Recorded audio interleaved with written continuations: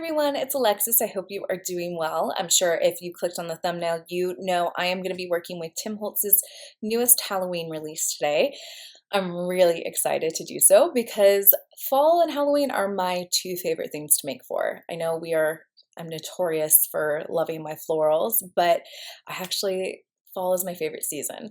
So I'm really excited to work with Tim's new release because there are some amazing new designs and shapes and icons, and I'm going to be working with two specifically today. But for all the further information and inspiration galore, I definitely want you to check out Tim Holtz's YouTube live that he did this past weekend, where he goes through every single design, gives you the inspiration behind it, also tells you different ways you can make with it. He then went through a million projects from his amazing design team. I mean, his makers blow my mind every single time. And I'm going to be highlighting a few today who gave me some inspiration for what I'm working with. He also does a demo with his new 3D folder, which is full of skulls and has a really fun kind of gothic-y look to it, in my opinion. So be sure to check that out if you haven't already. And if you have, watch it again, because I get new stuff every time I watch it. But I am going to walk you through what I typically make for Halloween, which would be treat bags, invitations. I know a lot of people kind of don't normally send cards during Halloween and stuff like that, but you definitely make home decor. So I focused in on the party aspect today, but if you're looking for more home decor inspiration, be sure to check out that YouTube with Tim. And I'm going to kind of walk you through how to make some fun and festive invitations for all those Halloween parties I know we're going to be having. I've got a couple of other ideas as well to give you some further inspiration as how you can incorporate the die I'm using in through the rest of the party. And yeah, let's jump right into it. I'm so excited. And I'm going to just switch my overhead cam. Okay, so as you can see, I am going to be working with the retro Halloween die set today. Now, I've chosen this because I wanted to make invitations and I wanted to make something like really quick and simple that is easy for mass production. And while these look really intricate and detailed, this was the most shocking thing when I was watching the live and when Tim was explaining these dies, is that this black component, which is the thinlet that sits on top of this framelit piece, all of these pieces are connected. So it's one big piece. And you'll see, I'm gonna actually die cut some out for the make that we're doing. But I did the eyes, I will say, I did the eyes a little differently than Tim did on his packaging, which you'll see right here. I just wanted to test out what it would look like with the little itty bitty eyes. So I'm going to actually use the normal way right here when I'm doing the make, but I did wanna point out that I kind of liked how comical that ghost looked with just little itty bitty eyes. And I think that that's something to really point out about this particular die set, is that they're not frightening, that they really and truly are kind of have like a fun little banter to them, if you will. The witch isn't terrifying. The pumpkin has a smile. The cat even looks happy. So there is something about this particular die set that I feel like could be really intimidating if just one little feature on their face was different, and that would be if they were all frowning, but they're not. They're all happy little classic retro icons. I know that we talk about detailed dies all the time, and I will say when I was cutting these, I found adhesive sheets to be my best friend. It just makes everything easier, turns your paper into a sticker, and you can just peel and stick all of these. Now, I did want to point out, I'm going to be making with the ghost today, but this is the framelit piece that fits right behind. So what you see with the orange, that's all the framelit pieces. And there's a lot of extra stuff you can do with just this framelit, and I will talk about that as I'm going through the make. Tim's makers had some really incredible inspiration of different ways to use this die set, and I wrote down a few because my memory is horrible and I didn't want to forget. So I'll be sure to shout those ones out because they definitely inspired some of the stuff today. And Tim and I must have been on the same page because we both ended up making treat bags, even though I had made mine before I saw his video. So I do have some treat bags to show you, but I'm going to focus on invitations, like I said. So I've got a couple different ones here that I'm going to show you, but I wanted to first work through kind of what these shapes and icons and how they're kind of perfect for all the Halloween stuff you've got.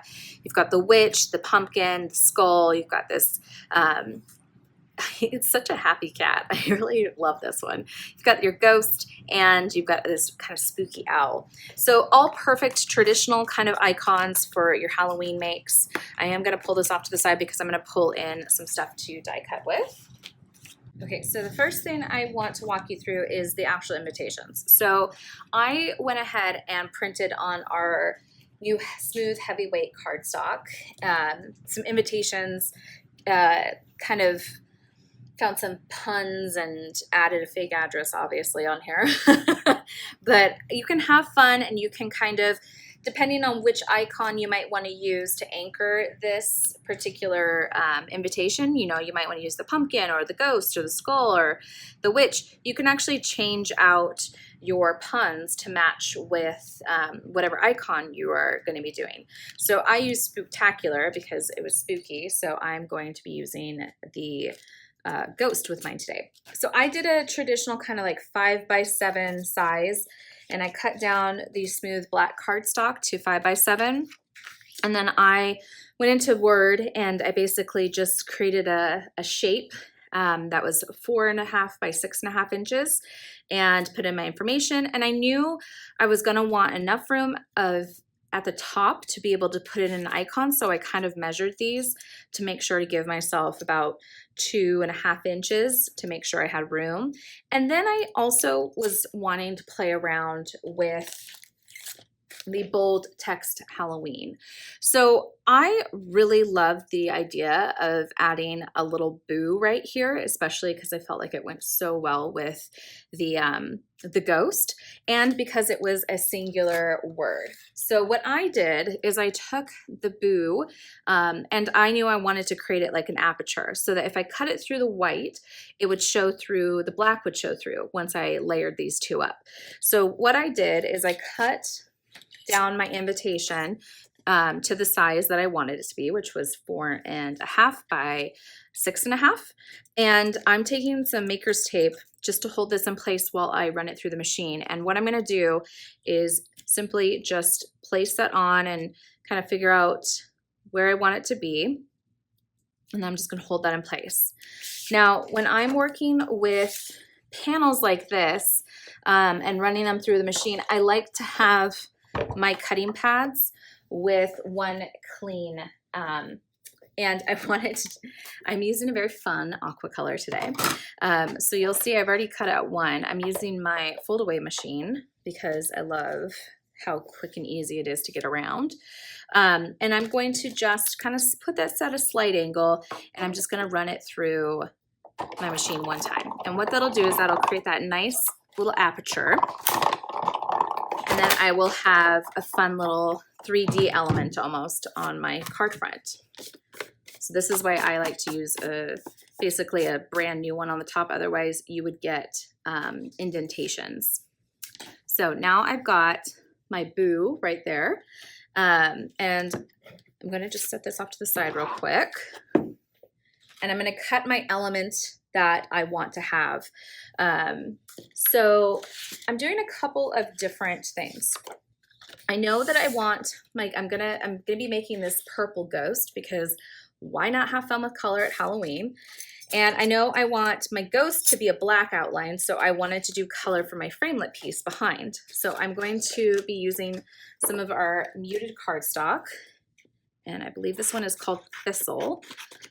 I'm still memorizing the names on these because we've got a lot of cardstock colors to memorize now. And I'm just going to put my platform in with the adapter, put that down, and I'm going to cut at the same time my outline for my ghost. Now, I said earlier that adhesive sheets are your best friend. So what I'm going to do is I'm going to kind of configure my ghost. I just am trying to figure out where I just put my scissors down. Put them back, that's why. And I'm gonna cut this down so that I'm not wasting the whole sheet. I like to do this when I'm working with my adhesive sheets. If you know you're gonna be cutting out a lot, just cover the whole sheet of paper with an adhesive sheet. But if you're just using a small little piece, I like to save my resources and not waste them. So I will cut it down to size and save myself all of that goodness. So I'm just layering that on. And now basically what I've done is I have made my cardstock into a sticker. And that'll make it a lot easier, especially with the ghost, because it's got a very thin border. And I'm gonna cut those two out quickly. Now I knew when I was putting these on the card, not the card front, the invitation, I was like, yeah, I could just put, you know, the ghost there, but that's not my style. I like to layer things. So what I ended up doing, I'm just gonna make sure this cut through. It looks like it did, so we're good. Sometimes I like to run these through twice, just simply because when you're running a thinlet through an adhesive sheet, you're asking it to cut through an additional surface. So I sometimes like, especially on super intricate stuff, I'll run this through twice just to make sure that it cut through all the way. And then I'm just gonna pull that out and place that right there for the time being. Got one final element I want to cut. So I wanted to show you one more die set. Now this is from Tim's chapter 3 release, and this is vintage labels. And if you aren't familiar with this technology, Tim does a really great example in his live, where he actually turned one of these, he cut it out and turned it into his own pattern paper with a stamp set. And I thought that was such a cool idea. Tim, I might have to steal that at some point.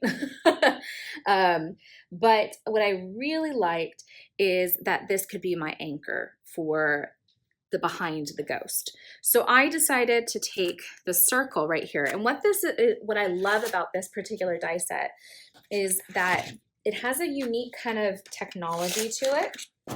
Just getting out my circle real quick, where you can actually ink the die. Now, Tim goes through a lot of tips and tricks on how to ink this, and I definitely have tried, and I've got to try some of his newest techniques because I didn't have the right size brayer, and I realized that when I watched back the live, and I was like, I've got to get the bigger brayer for this.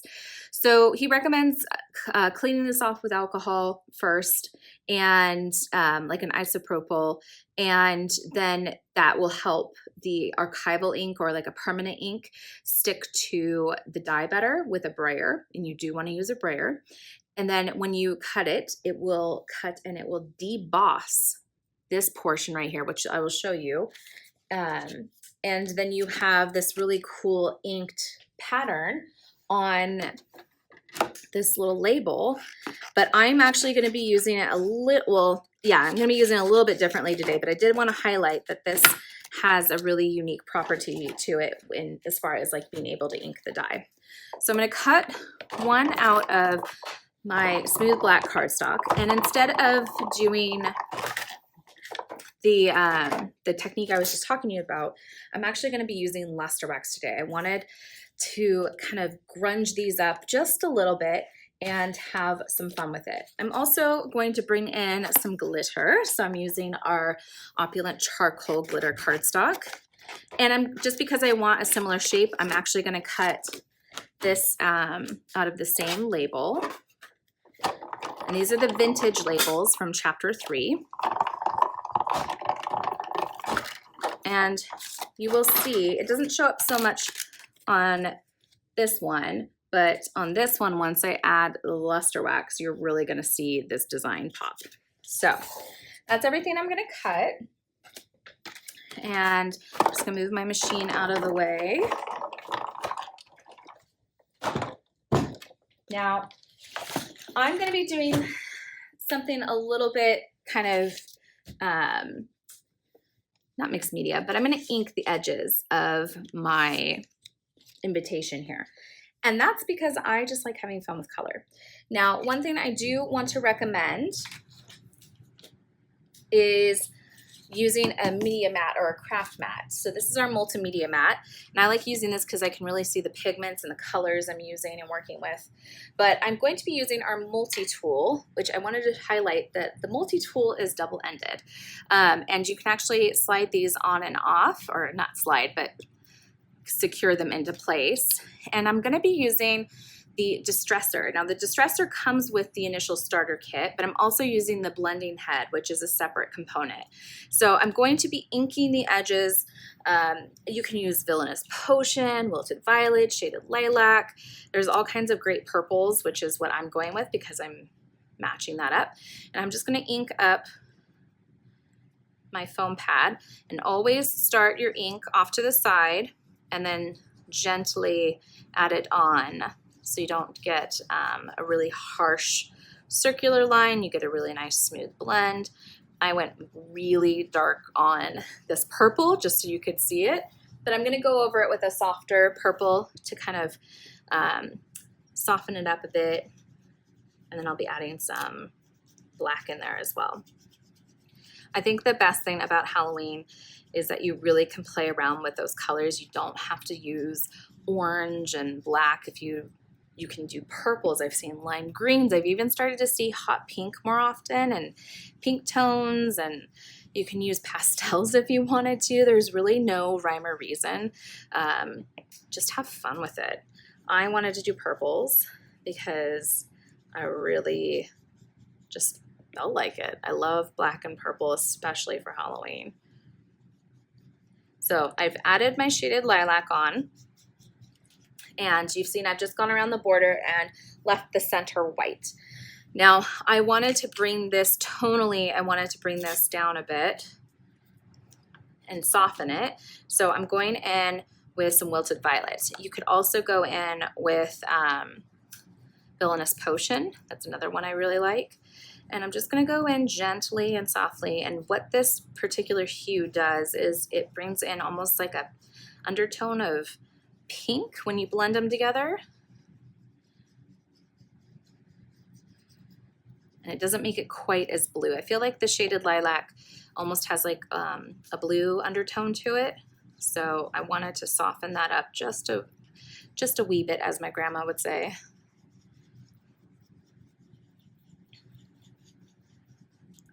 I'm just going in soft circles, and you can see I'm really blending that color off to the side so that I'm not getting those harsh edges on here. Now this is where the fun begins. I knew I wanted it to be clean and classic for the actual invitation, but I did want to grunge it up just a little bit. So I'm gonna take the distress head and I'm gonna run it along the edges of my invitation. And basically what this does is it starts to tear the paper. Now you want to have a really firm kind of grip on the paper, and then just pull that distress head back and forth. And you can go as hard on this as you want. Obviously, if you do that, you're gonna get like more of a distinct tear. I'm just kind of going back and forth repeatedly over an area. Some areas I'm going by just once, some areas I'm really going in because I want it to be a bit more distressed. But I love using the distressor just to add a little bit of a roughed up look to something without making it feel overly weathered or antiqued. And you can just do a soft one. You can go, I've done it where I've like ripped into it before. Have fun with it. But like I said, this comes with the multi-tool starter kit.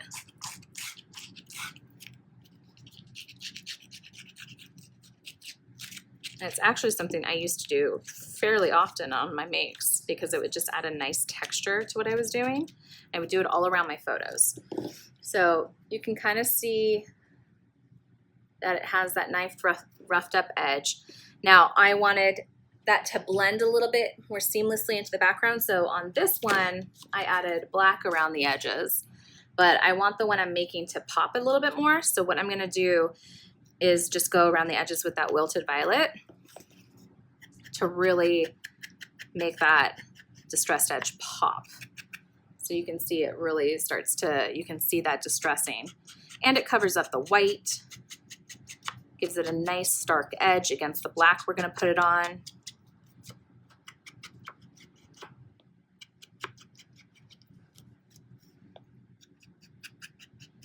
But if you want it to blend a little bit more seamlessly into the black part of the invitation, then just use some black soot on the edge.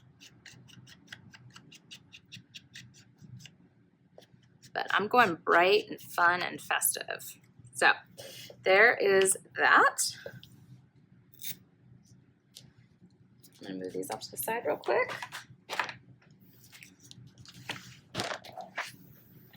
So now I just want to add a little bit of luster wax to my vintage label circle. Now, when I'm working with luster waxes, I like to just bring in a spare piece of copy paper.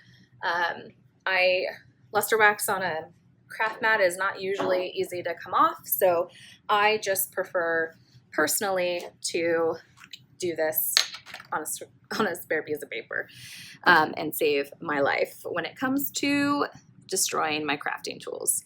So I'm not someone who likes to get luster wax under their nails. So I actually, when I'm doing this, I take a Q-tip and I just pull it out onto a piece of paper. Now this is the trick with luster wax.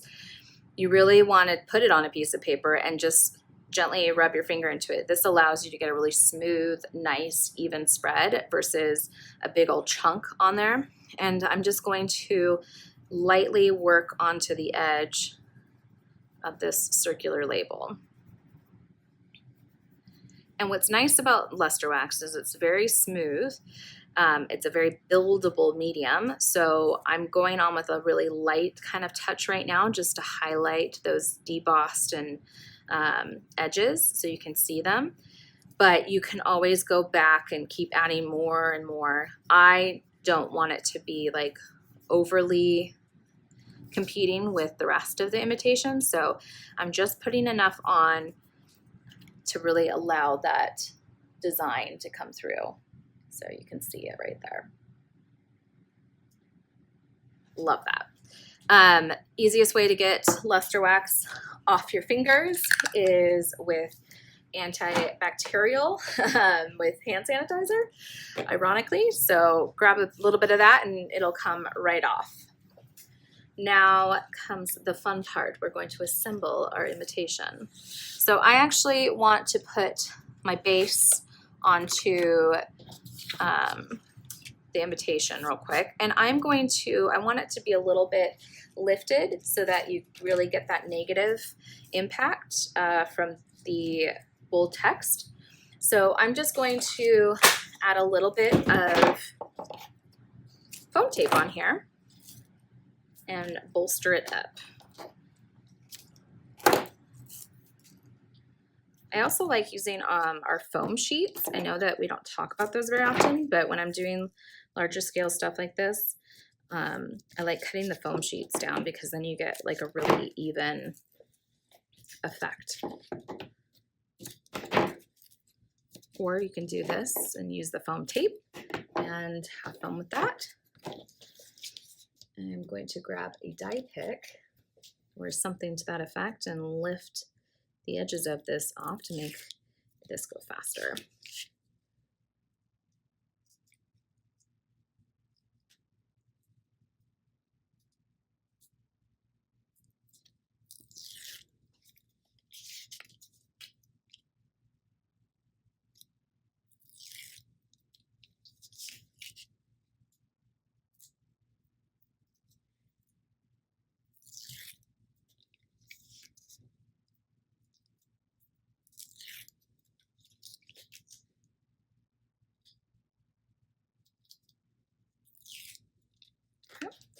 I'm going to flip this over and center it on that black piece. And just push that down nice and gentle. There we go. Now, I know I want my sparkly part to be on front, and I did want to just glue that down quickly with some liquid adhesive. You can use double-sided tape. I usually prefer to use something a little bit more sturdy, and that sometimes is a liquid adhesive.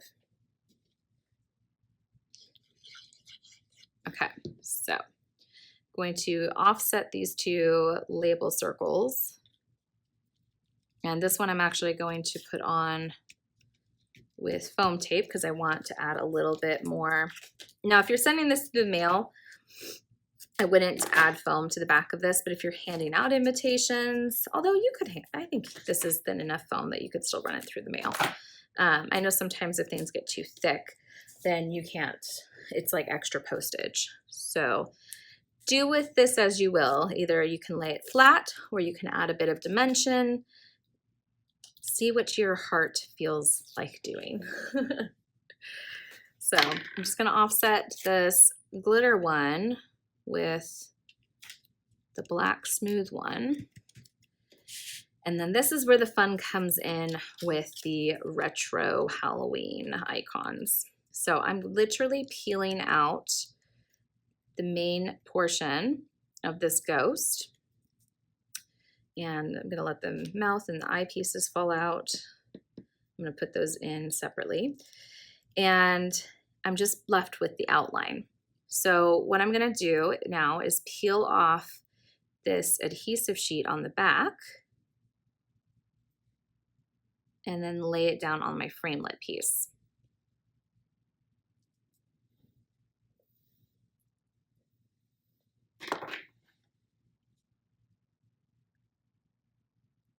And this is why having that adhesive sheet is so nice, because I was able to lay it on there easy peasy. And then I'm just gonna add back in the mouth and the eyes. Again, because I have that adhesive sheet on the back, makes this part really quick and fast and without mess. I don't have to worry about liquid adhesive flying everywhere. Now for the eyes, let's see, I think that one was this way. You'll see that the eyes fall out on this one. So that's the only thing that is separated on some of these is the eyes. Otherwise, all of the detailed elements and portions of it are part of the die. So just wanted to let that be known, that the eyes and the nose on the owl are the only pieces that you're probably going to have to put back in. Not on every single one of them. I know that the cat is one single piece, and so is, I think, the owl as well. Okay, so now I've got, and you can save this and use this as an inlay. I saw a really cool project where I think it was Joy Kennedy. She took the piece and laid it back in. So be sure to check out the make she did with that. I really, really liked the idea. I didn't even think to do that. I was like, oh, that's actually a really good idea. So now I'm just going to take this and figure out which area I'm going to adhere, and then I'm just going to add adhesive to that. I would recommend a liquid adhesive or a really durable double-sided tape when you're adhering to the top of glitter cardstock. Otherwise, it's not going to stay. So there you have it. We are now all invited to a spectacular evening. I just wanted to show you the difference real quick in doing it with the black on the edge and this one where I did the purple edge. I also changed the eyes out on the ghost on this one, so you really can get two different kind of looks for this ghostly guy. I also did one with the witch, and I went with rustic wilderness around the edges and gave it that really like green feel. I also took the rectangular vintage label, did the same exact technique as I did with the luster wax on that one, and I also added it to the top of the witch on this. And then I curled the edges of this to make it look more like a scroll. And I just use a wooden dowel to get that kind of perfect little curl, if you will. But one thing that I was inspired by when I was watching the live, and also just in thinking about parties in general, I always think of party favors. And so what I wanted to show you was how you can dress up some treat bags. And Tim was really good at pointing out, like, Halloween doesn't have to be just for kids. It can be, you know, making treat bags for your coworkers, your neighbors, or even if you don't get a lot of trick-or-treaters. I don't get a ton of trick-or-treaters in my neighborhood anymore. We used to get a ton when I was a kid, but now we get maybe one or two. So I actually do make them little treat boxes and things like that. So I used the Bold Text Halloween, and I created some fun little treat bags with that. So I used the trick-or-treat. And basically what I did is I cut these out of black paper, and then I did a really cool inked background where I did the smooshing technique with two different colors. I believe I used the same colors that I did on this for this one, which was the wilted violet and the shaded lilac. And then I just tied it onto a cellophane bag full of candy and added a little bit of pom-pom and ribbon, and they're ready to go. I personally love this one. I'm here for the candy. That's the story of my life. I have a big old sweet tooth. And this one, I just had fun with the colors. I used different oranges and different tones for that, for the exact same kind of look. Now you could also, if you wanted to get super fancy, you could add some luster wax to these. You could distress the edges. There's a lot. You could use tulle or baker's twine, like whatever you kind of really want. Tim did some really cool ones with the retro icons right here on for his treat bags, and I was really inspired by those. So definitely take a look at that. In addition, I wanted to show one other idea that you could do with the retro Halloween icons. And so I made some cake toppers. I like to take paper straws and cut them down to the size that I need for cupcakes. And what I did with this is, again, I use those vintage labels, and then I hot glued them onto these paper straws. And then I just cut out the different icons. I actually used the glitter cardstock. In hindsight, after watching the live, I think I'd put the glitter underneath and then put the black on top, but I wanted to try it out and I made them, so I'm going to show you anyway. But Debbie Adams did some really cool ones with these. She's like more traditional color palettes with her particular ones, but she's really beautiful glitter cardstock, and I just like how she mixed like paper rosettes and mixed the previous releases with some of her treat bags and stuff. But Anita Houston also did treat bags with tags. Those were really cool. And then my personal favorite color palette wise, Sharon did this really cool one for home decor using decorative kind of panels. So do not be afraid to go outside of traditional color palettes. She like knocked it out of the park with those. There were a few others. I know Vicki Evans did like a Day of the Dead skull, and there was a couple others that just, they knocked it out of the park. They really did. I can't speak highly enough to that. But here is kind of what I have for your Halloween party, and I hope you have enjoyed and you inspired. I know I'm ready to send out invitations for a party I haven't even planned at the moment, but yeah, have fun with Halloween. Well, I hope you are inspired by Tim's release for Halloween, and there's some really great fall stuff in there as well. And I hope you're ready to go out and party for Halloween. I'm excited for invitations, for treats, you name it. We're ready to go here at Sizzix. If you do make anything with Tim's new release, be sure to tag us, tag Tim, and use the hashtag #MySizzixStory. That way we can find your makes and repost them on our socials. And yeah, have fun with all of this goodness. Be sure to check out the YouTube that Tim did on his page and see all of the other amazing makes that his makers did. There is some stuff that I am going to attempt in the coming weeks. So good luck to all of you. Have fun with it. Don't be intimidated. And be sure to check out all the makers' blogs and their own socials because they will be going through step-by-step tutorials, I'm sure, on quite a few of those things. I hope you all have a great rest of your day and enjoy the spooky season.